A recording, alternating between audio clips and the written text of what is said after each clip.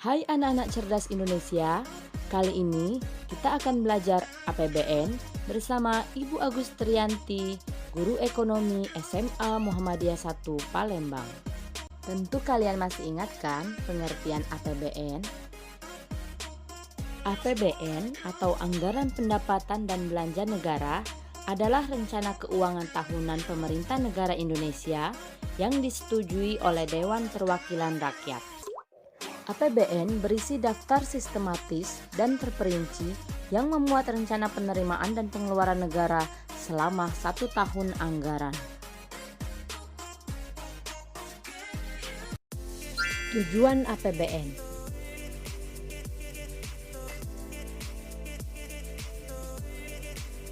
Tujuan penyusunan APBN adalah sebagai pedoman penerimaan dan pengeluaran negara dalam melaksanakan tugas kenegaraan agar dapat meningkatkan pertumbuhan ekonomi. Oke, tetap semangat anak-anak. Selanjutnya kita akan membahas mekanisme penyusunan APBN. Mekanisme penyusunan APBN dimulai dari pemerintah atau presiden mengajukan nota keuangan dalam bentuk RAPBN atau Rancangan Anggaran Pendapatan dan Belanja Negara kepada DPR. RAPBN akan disidangkan. Apabila RAPBN ditolak, maka akan menggunakan APBN tahun lalu. Apabila RAPBN diterima, maka akan ditetapkan APBN yang baru dengan undang-undang. Materi selanjutnya, fungsi APBN. Fungsi APBN terdiri dari 1. Fungsi otorisasi, 2. Fungsi perencanaan, 3. Fungsi pengawasan, 4. Fungsi alokasi, 5. Fungsi distribusi, dan 6. Fungsi stabilisasi. Fungsi otorisasi atau fungsi otoritas mengandung arti bahwa anggaran negara adalah tonggak atau pokok pelaksanaan pendapatan dan belanja dalam setiap tahunnya. Fungsi perencanaan mengandung arti bahwa anggaran negara merupakan sebuah pedoman negara untuk merencanakan kegiatannya. Perencanaan berguna untuk mengatur dan merencanakan dana yang akan digunakan ke depannya. Dan fungsi pengawasan adalah fungsi yang dijadikan sebagai pedoman negara untuk menilai kegiatan dalam penyelenggaraan pemerintah sesuai dengan rencana awal. Selanjutnya, fungsi alokasi.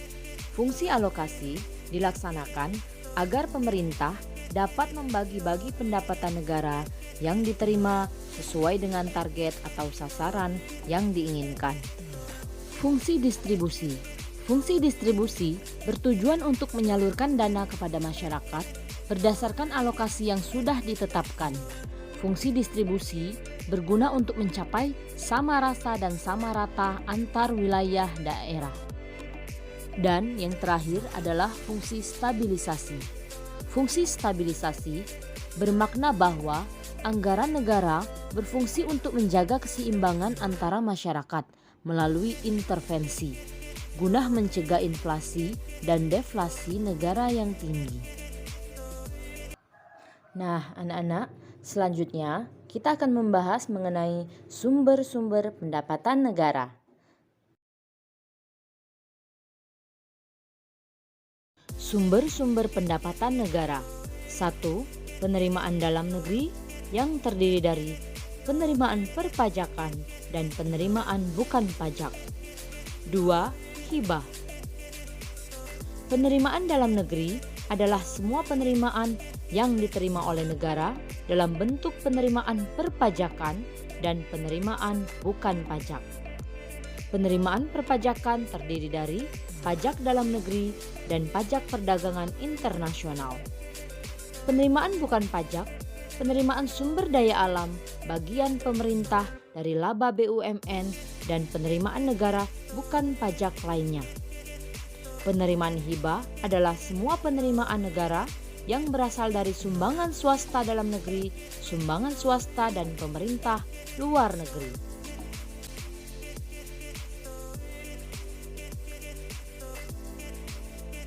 Jenis pembelanjaan pemerintah pusat terdiri dari belanja pemerintah pusat dan belanja daerah.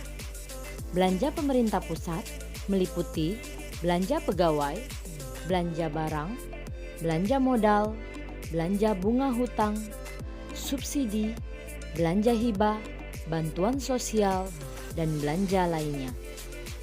Sedangkan belanja daerah terdiri dari dana perimbangan dan dana otonomi khusus dan penyesuaian. Dana perimbangan meliputi dana bagi hasil, dana alokasi umum, dan dana alokasi khusus. Nah, sampai di sini dulu ya materi untuk kali ini. Sampai jumpa pada materi berikutnya. Terima kasih. Assalamualaikum warahmatullahi wabarakatuh.